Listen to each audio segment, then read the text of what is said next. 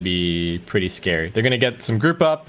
The Darkseer can go for, say, a mech and a pipe, and at that point, I feel like they're just not going to have the damage on the Warriors Gaming Unity side to actually find any kills. They're very reliant on magical damage, but they're also really reliant on the scythe. They need the magical damage to knock somebody down, and then they need to Reaper Scythe somebody out of the fight before they actually do too much. So I'm gonna finish my last little sip of tea here, guys, get myself all caffeinated. I'm excited for some SEA Dota today. I hope you guys are excited as well. In terms of what matches are going to be covered where, just for anyone who's settling in for the long haul, I'm going to have this match on this stream. As mentioned, Fnatic versus Boom ID is going over on BTS 1 at the moment. Then they're going to be handling the winner's side match. So the winner of this match versus the winner of the other match. The loser's match is going to be on this stream. And then importantly, we have 2 decider matches going on at the same time after that. So the Group B decider, which is this group, is going to be here. And the Group A decider is going to be over on the other stream. So by the end of today, we'll actually know by the end of today, we'll actually know all of the playoff teams for the SEA qualifiers. It's a bit of a condensed format, but I think it's been working out okay so far.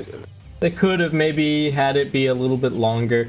I don't think it matters so much for SEA, where there's only 2 spots available, but some of the other regions where there's, say, 3 spots, I think it might have been good to have a few more teams making it through.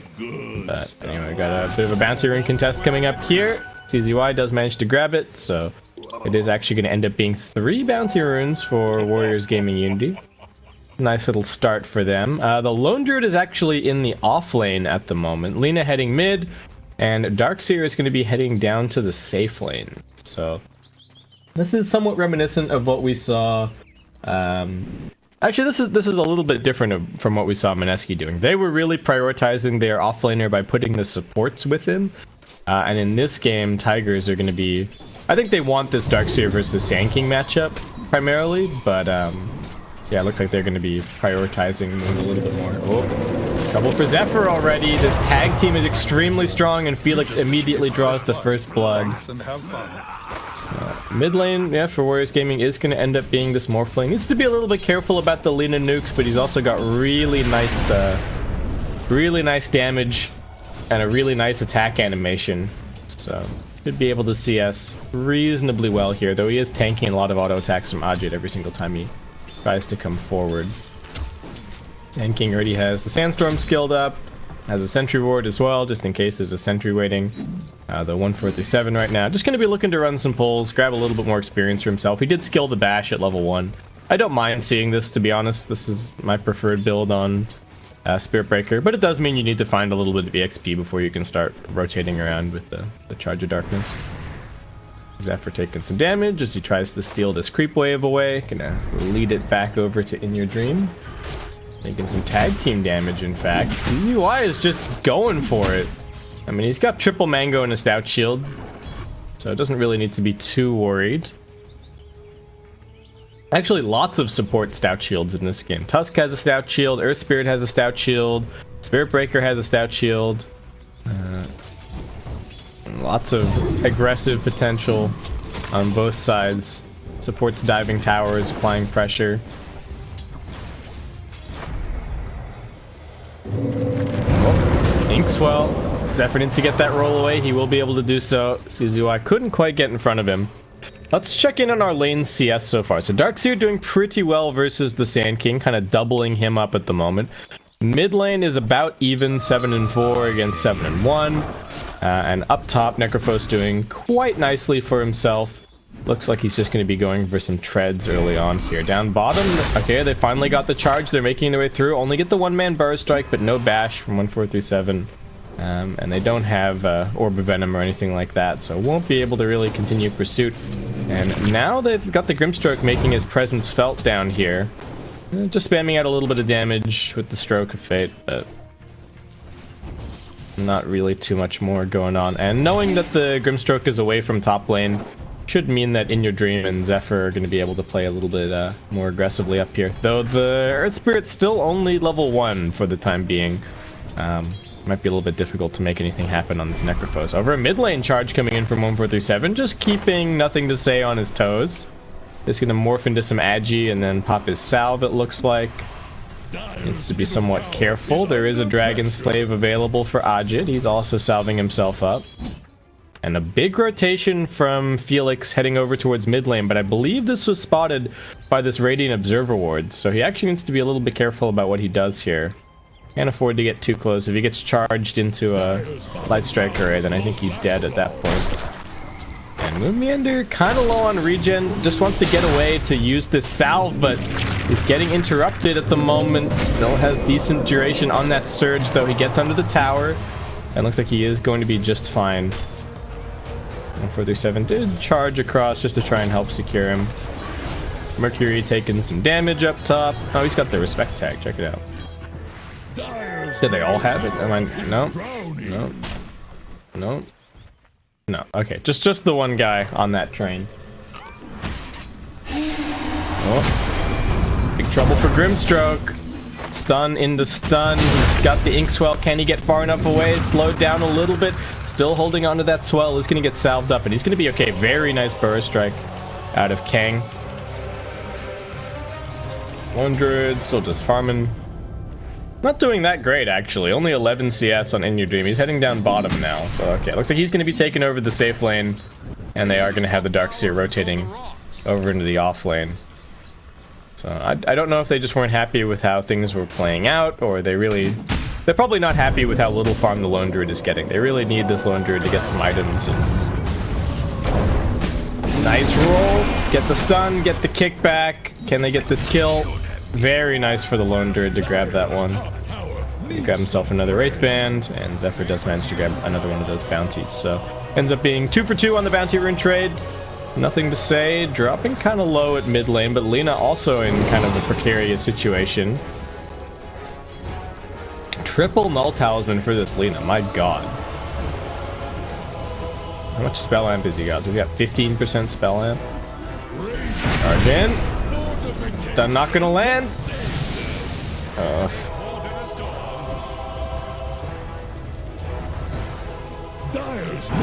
What are they doing here? Moon's over here. Okay. Their Spirit's gonna be looking for something, but they see him. He's scouted rotating through here and doesn't have any vision up on the high ground. Does have an Observer Ward. If he plants this, it's gonna be pretty easily dewarded. Oh, did they actually see him plant it? They're gonna see him come out of the fog without an ob. So they know that it's in here somewhere, but they might think that it's up on the high ground or something like that. They're kind of pinging in the vicinity, but don't know if they'll find it. The new Sentry AoE should certainly help them, though. CZY with an Invis Rune, just the 1-1-1 build so far for him. Moon Meander is going to be going for the Dominator this game. A little bit surprised. I mean, it is kind of the standard build. We got scan on scan at mid, but I feel like Pipe is just so valuable this game. Maybe Mech isn't that valuable. Maybe you just go like Dominator Pipe, something like that. What useful creeps are there to dominate? I guess the Purge creep is pretty handy. Even just like a Alpha Wolf.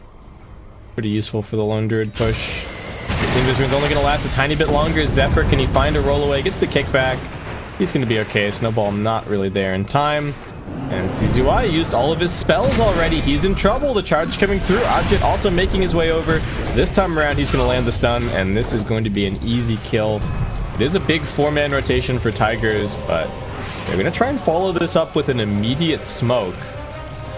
Heading over to mid. Nothing to say. Not sitting on all that much HP, and this is a very high damage Laguna Blade. 450 damage. Actually, he's almost low enough that it could kill him straight up. And of course, he's got base magic resist, but needs to be careful. All right, Snowball in. Ajit in a little bit of trouble. He is fairly tanky. 1437 coming through with the bulldoze as well. Stun lands. Ajit just getting right-clicked. Nothing to say. Does not have his ultimate just yet, so won't be able to morph into the Lina and finish her off. Up at top, roll coming through onto Mercury. They don't have the silence, but they do have the slow, and it's just the burn damage from Moon Meander. That maxed out Ion Shell doing a ton of work, and they will be able to bring down that Necrophos. Okay, so not exactly the explosive start that I was expecting from Tigers with this double melee support and the Ion Shell, but they're now starting to get things going, and that was pretty much by far the best kill that they could have gotten on the map. This Necrophos was starting to find some pretty good farm. Triple Wraithband for the Morphling. Everybody just stacking their inventory full of stat items at the moment, especially with the new TP slot. Kang already has a full Vanguard. Oh my god. 8-minute Vanguard on this Sand King. He is quite farmed. So he's going to be very difficult to deal with. Morphling being charged, but still only the 1 point in the Charge of Darkness. Coming in. Morph actually needs to be a little bit careful. Alright, does manage to get the roll away. Nicely done. He's morphing strength, but they're still chasing, and he's already used the waveform. Ajit closing the gap, just needs to make sure to land this stun. He will do so. And looking like he is 100% dead. CZY and Felix both trying to come over and help, but looks like they might also just be casualties. Snowballing onto Zephyr, but what more can they really do? The charge comes through. Kang thinks about something here, but he's only got 2 points in the Burrow Strike. Just sits in the Sandstorm. They do have Mercury here, though. They get the Reaper's Scythe out onto the Bear, but In Your Dream, he's not dead just yet, and a nice stun from Ajit buys a little bit more time. In Your Dream thinks about coming back in here, needs to be a little bit careful. Felix is going to have an ultimate, well, not an ultimate, but another Stroke of Fate up soon. They're switching over onto 1437 instead. Looks like they will grab that kill. And Zephyr also trapped in the backlines. He's going to be brought down. They lose both supports. It's a double kill for the Necrophos, but lucky for them that they managed to keep all of their cores alive. So overall trade actually ends up being pretty good for Tigers. They got the Morphling and the Tusk. They lose the 2 supports, but they're going to win by far on those metrics. And In Your Dream, still more pressure being applied by 1437. Top lane, Moonmeander gonna very quickly take out this tier 1 tower. Bottom lane pressure is coming in, but Zephyr goes for the kickback onto Mercury. He's in trouble, gets the Ghost Shroud out, will be able to heal up a little bit. Magnetize is being spread, still 2 more rocks for the Earth Spirit. Felix, alright, and that's no more rocks now. Phantom's Embrace comes through. Felix almost ticking out. He's down. 1437 also finds the charge onto Unity over in the trees, and now Sand King trying to escape. Doesn't have any mana left to help out. CZY trying to escape as well. He's also dead.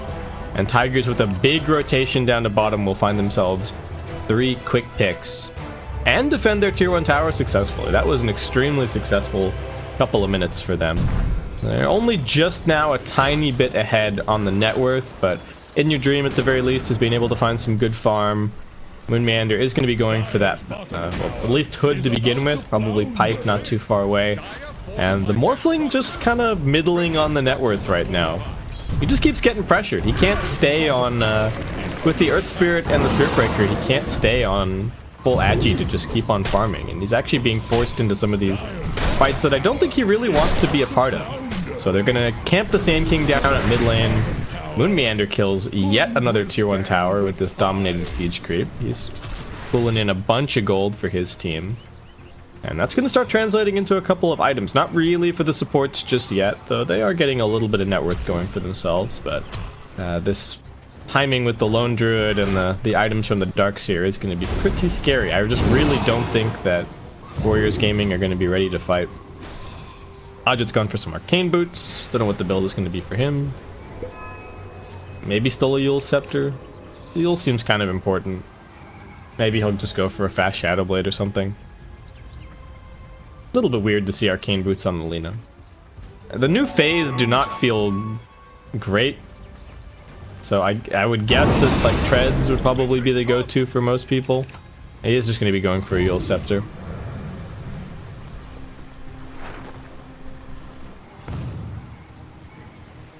And Morphling, standard stuff, picks up the Morbid Mask, and now just jungling away.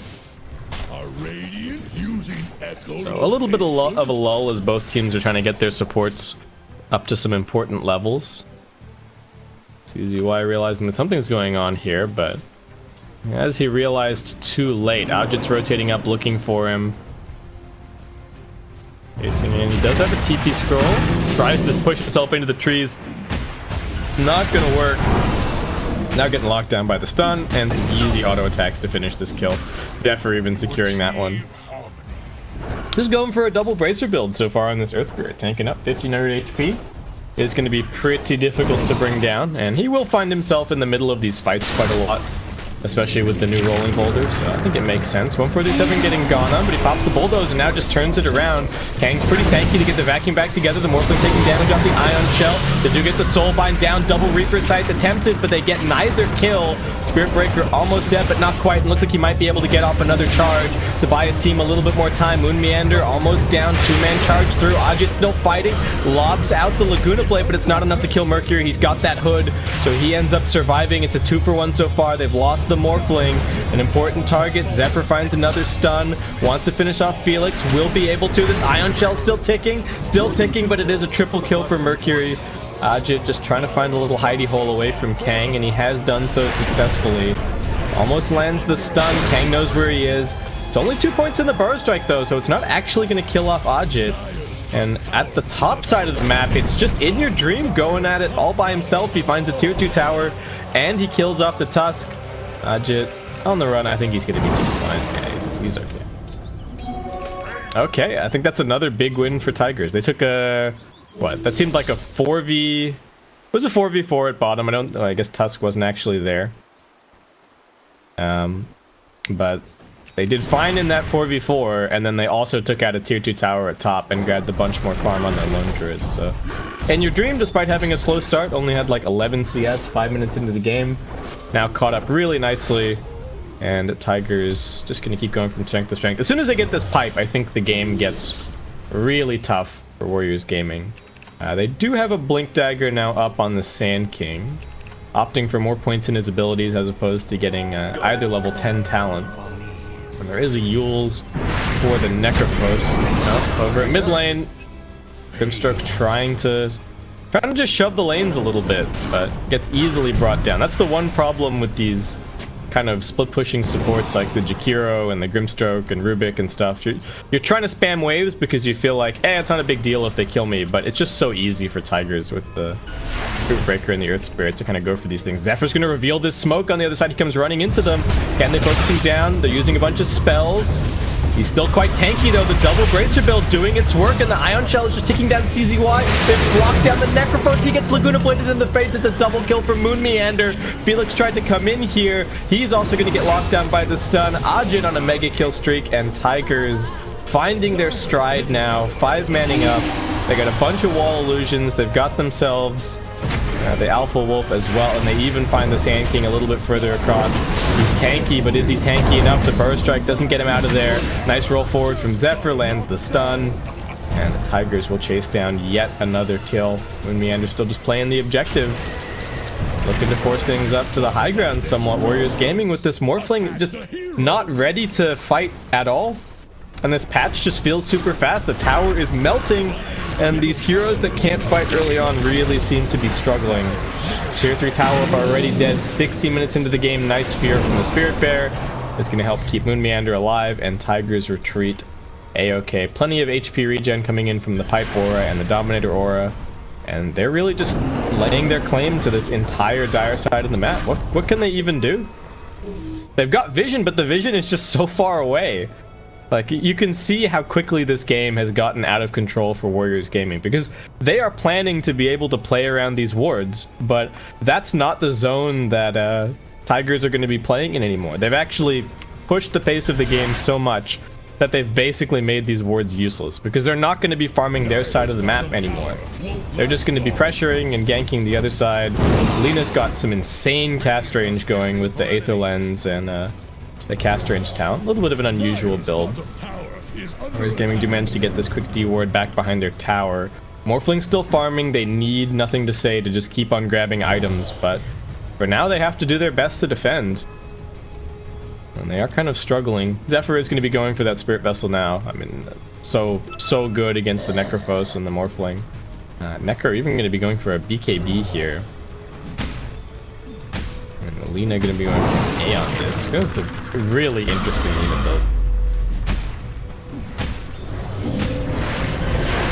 Alright.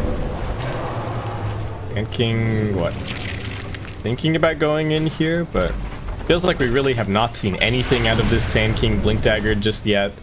And in a lot of ways is going to be negated by this pipe. The pipe is on cooldown, so this is probably their best opportunity to go if they want to, but they have to be careful of the charge vacuum counter initiation. And the tier 2 is already pretty low. I don't know if they actually want to take this fight. The Morphling's coming over as if he wants to, but all right, they get the silence onto Felix. Looks like he might just get focused down, no trouble. Hardly any commitment whatsoever. 1437 is looking for more. They've managed to drag Mercury outside of the base. They do go in now, focusing towards the Lina. Epicenter doing decent damage, but she's just so damn fast. She walks it off. They get the vacuum together. It doesn't quite work properly with the stun combination. CZY still dead. Kang getting focused down next. The Laguna Blade finishes him off. They did manage to drop a Reaper Scythe and find the 1 kill. 2 for 2 trade at the moment. 3 supports and 1 core going down. And Tigers, after taking that tier 2, just going to back up, reset, keep on farming, and look to continue the fight another day. This Morphling's still just not really in a position to do anything just yet. Really wants that BKB. They even got a buyback out of Felix in that fight. I really don't quite know why Warriors Gaming were so keen to take a fight for the tier 2. I think they could have taken a fight for the tier 3 instead. They have pretty good deep push. They've got Ice Shards, they've got the Stroke of Fate. So I really think they could have just kind of shoved other lanes on the map, but they seem afraid. I think they're really worried about the Spirit Breaker charge and whatnot. 1437 only going for the 1 point in Charge of Darkness here. I guess it doesn't really scale that well anymore, huh? Only an extra 25 move speed per level. Meanwhile, Bulldoze gives you a bunch of status resistance. Of course, you want to max out your Crater Bash.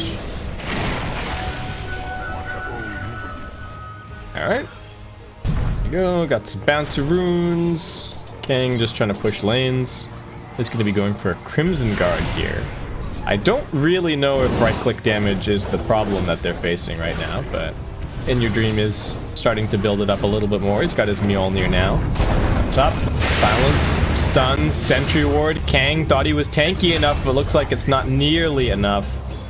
As he now gets brought down. Zephyr has been having a fantastic game on Sword Spirit.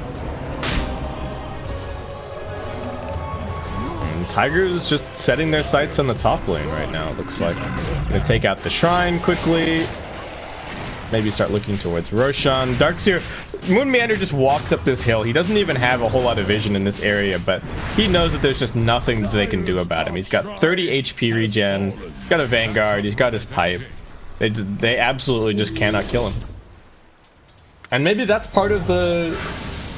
I was talking about it yesterday, saying that, oh, you know, the carries of the previous patch didn't really get nerfed that much. Like, I guess that they're probably still viable, but maybe this patch at the moment is just too fast for these Morphlings and EBs and Phantom Lancers to actually play. You're getting run down for lanes of Rax in like 20 minutes. CZY easily brought down. Yeah, what can you do? If you're losing, like, if you're losing tier 3s this quickly, these hard carries really don't have much room to play. 1437 comes zooming in with the surge. So much damage. They've already burst down the Grimstroke. He falls to the Laguna Blade. CZY buying back, but he's just getting right-click down. 1437 knocking him back with the Nether Strike. They found Kang in the tree line. Hasn't been able to get the epicenter off just yet. Another charge coming through. The super long-range stuns from the Lina, following every single one of these charges up, and that is going to be a tier 3 dead.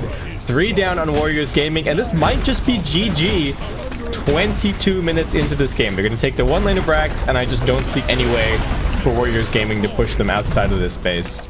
Yeah, they're just going to saunter over to the mid lane. The Morphling is kind of looking at them, but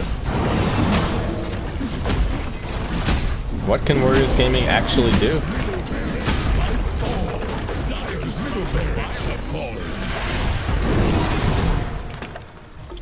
They were even ahead for a little bit there, but just not having the ability to get any impact out of their Morphling. 1437 is going to get his TP cancelled, but I don't think he's actually in too much danger. There's a bunch of heroes here hitting the Shrine. Tigers need to be a little bit careful about how they play this. They do have a vacuum, but no wall. Zephyr trying to roll his way down onto the low ground. but it gets canceled. He goes through with the slow, the silence, the vacuum back into the magnetite. Now the charge on everybody. In Your Dream is on the low ground, just chopping wood, laying in with the auto attacks. They Laguna Blade down the Morphling.